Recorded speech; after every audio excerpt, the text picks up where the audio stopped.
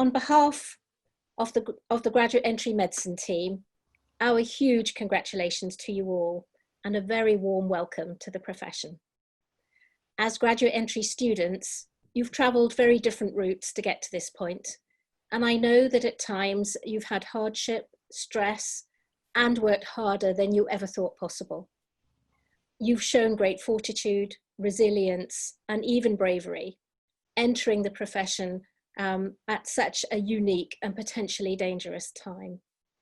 Having seen this and hearing the positive feedback about you from our NHS colleagues, I truly believe that we will all be in good hands, knowing that you are going to be the next generation of doctors. I'm sure you will make a valuable contribution to healthcare, whatever you choose to do during your careers. And I know that the GEM programme has laid the foundations to help you do whatever you want to do. The GEM team are so proud of you, and we will miss you. As everybody has said so far, please do keep in touch and pop in to see us if you're back in Swansea. So, your MBE BCH degree is well earned indeed, and a credit to you and your families. You've needed help and support from them, your friends, your fellow students on the programme, and the GEM team. Now is a great time for us to pause and turn to any or all of these who may be with you today, to give them a hug if you can, a virtual hug if you can't, to thank them and pay tribute for all they have done. In this celebration speech, I'd like us to think about the words of the oath we've just agreed to and what that means for our lives and careers ahead. Then I want to look into the crystal ball of the future of healthcare to see what we think lies waiting for us in the coming years. And finally, to return to the basics, the fundamentals of medicine and the essence of our raison d'etre, our patients. First then, pledging ourselves to the art and science of medicine. How true it is that medicine remains an art as well as a science. The skill lies in melding those two together, managing risk as best we can, acknowledging both what we do know and what we don't know, and using what evidence we have for managing our patients. But it is also a skill to understand how our patients are feeling, when to say something, and when to be quiet and listen. Working with all my energies and with probity, well, this is about putting our patients first, the first and main statement from the GMC too. But it goes on to say something about equality of treatment and access, that it is a fundamental value that everyone we treat gets the same quality of care and caring. It's a fundamental principle of the NHS too, and one that we must keep reminding ourselves in a world that remains unfair to many. Health inequalities continue to widen despite society appearing wealthier than it was 70 years ago when the NHS started, and minority groups still consistently fare worse. Each of us has a role to play in making this change, and it will indeed take all our energies and probity, especially post-COVID, when hard financial times will hit us all. Honouring the lessons of my medical teachers and giving of my knowledge and skills to younger colleagues, well, I still remember those of my teachers from 40 years ago who taught us about life, patience, the vagaries of medicine, and acted as role models for the doctor I would eventually become. In my day, we would parody the ones we most revered in our annual students' pantomime, often calling them up on stage to sing their song alongside the student who was imitating them brilliantly. It was a great honour to be noticed by the students, but it reflected the vital role they played in our core development as doctors. And I know that here in Swansea, there are many of our GEM team and NHS colleagues who will have played the same part in your development too. This is a great moment to thank them for all they have done and their vocation to produce excellent and caring clinicians for the next decades of patients.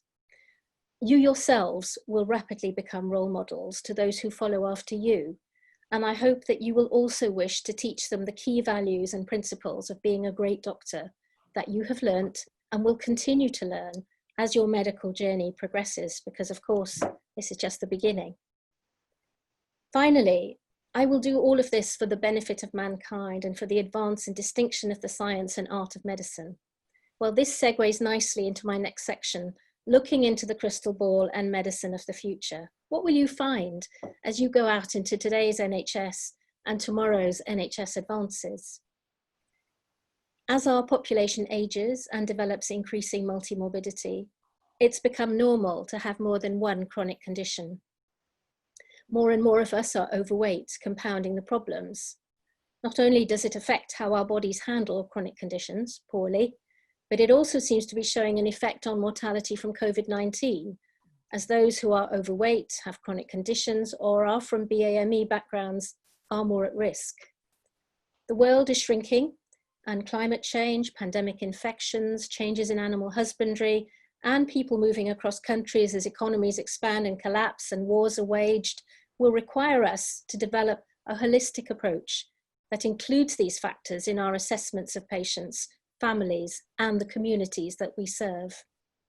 As physicians, we will need to become adept at treating the whole person with all his or her medical conditions, including mental health conditions, and skilled at managing the polypharmacy and interdependency of health and ill health on overlapping chronic problems.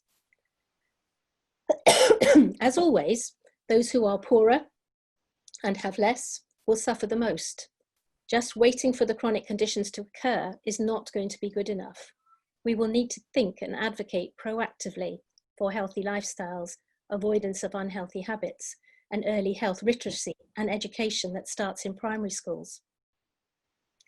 By the time I see my patients with BMIs of 35 plus, diabetes, COPD, and long histories of smoking and poor health, it is too late. Excuse me. Perhaps the most important bit I wanted to say, really. It is too late sometimes, and we're shutting the door after the horse has bolted.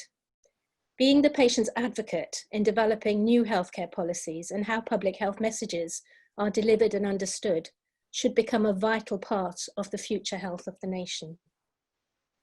But it's not all gloom and doom. With the increasing sophistication of IT, we will see people in much stronger positions to help themselves with real-time health monitoring using sensors, wearables, monitors that is currently just not possible. Consulting will take a variety of forms, from face-to-face to telephone, video, email, and more. Doctors of the future need to be able to embrace these changes and as early adopters find more and better uses for technology that will push the possibilities even further. Whoever thought of using iPhones, torches, and cameras to enable people in rural and remote places to take retinal photographs that could then be sent around the world to grading centers to monitor diabetic retinopathy was inspired. Technology will free us from much of the manual handling of data we currently do, as well as being more accurate and faster than we could ever be.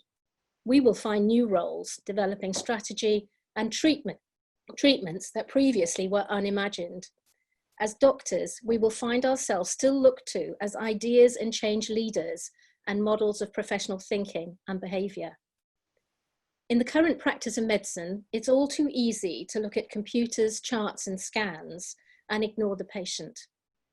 But we have a very trusted place in people's hearts and minds, earned by many decades of serving communities, working long hours, and showing we care by going the extra mile to help our patients.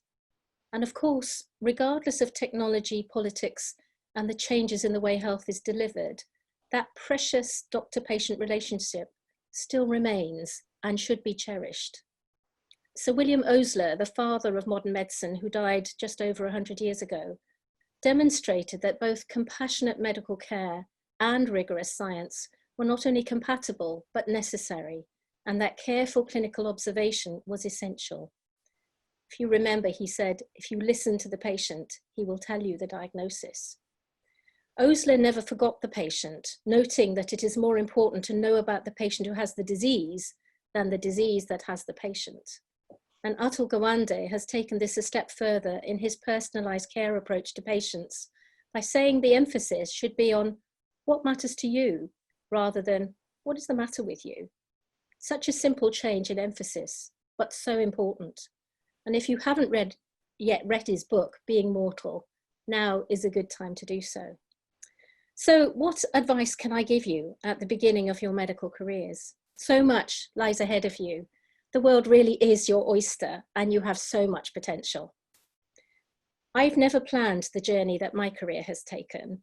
The most exciting and fulfilling things have always happened unexpectedly. For me, I've put happiness at home first and career second, although it's been a close second at times. So all good advice, I think, comes in threes. So the first one is have confidence in yourselves. You can do anything you want to do. People from my year have become politicians, journalists and writers, as well as leaders in the profession and in higher education. When I was at your stage, I spent a lot of time worrying about what would happen to me in the future. And I can tell you now, don't waste your time. You will be fine. And to some extent, of course, you make your own success and happiness. The second is be opportunistic and open to change. Amazing opportunities come up unexpectedly. Be prepared to grab them. Golden oldies carry so much wisdom, so I'm going to finish with one from Hippocrates that you will know well, as it's on the walls in the Grove building, and I think it's so true. And he said, cure sometimes, treat often, and comfort always. Never forget your humanity or your ability to be kind to your patients, your colleagues, and yourselves. So with that, I want you to toss your hats in the air, lift your glasses, and let's toast the Swansea Medics graduation year of 2020. Good luck, and all our blessings go with you. Hooray! Cheers.